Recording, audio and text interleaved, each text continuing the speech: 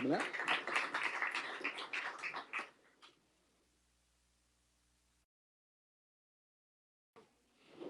Well, All right, boss. bienvenue. Merci. Welcome to the United States of America. That's one. Sorry, I didn't mean that as a point on sovereignty. I just meant, did you get through customs okay? They recognize the Canadian passport still? Still working. Still working. Excellent. Let me pick up on a couple of the points that you made. You talked about diversification and the strengths within Canada. Canada's been so reliant on the U.S. economy, been so integrated. Yeah. I think it's something like 2/3 of Canadians live within 100 kilometers of the border. Most of the trade is here. You've had some economic headwinds in the last several months in terms of economic contraction and higher unemployment.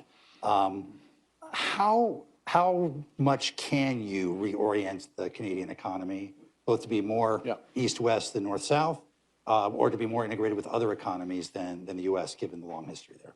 Yeah, it's the right question, and the answer to the question starts with recognizing the need to do it.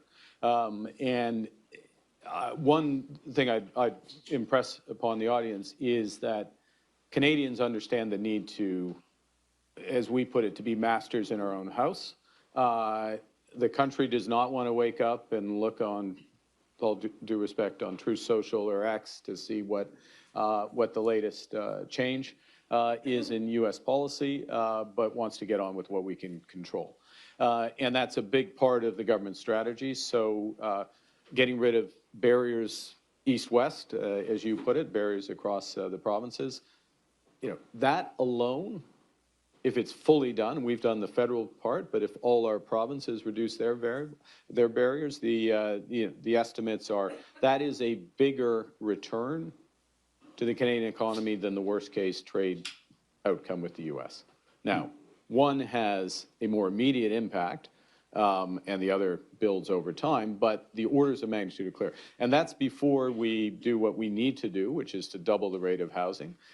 We announced a new approach on housing 2 weeks ago, and the first projects that we have identified there scaled to around $50–60 billion of housing investment.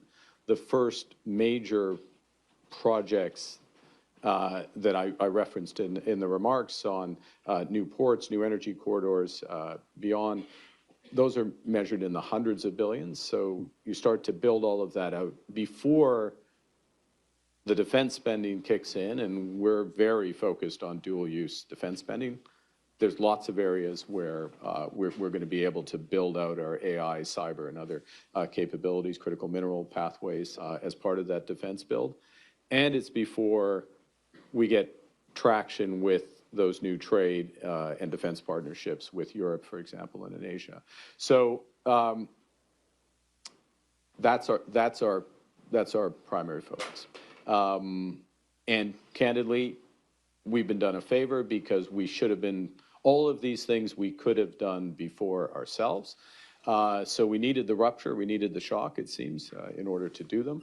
But there is a very strong consensus in the country to do that. As well, there is a very attractive for the United States, for Canada obviously as well, and Mexico version of USMCA that can be developed. And it's, as you know from your previous life, we're in the early stages of that development.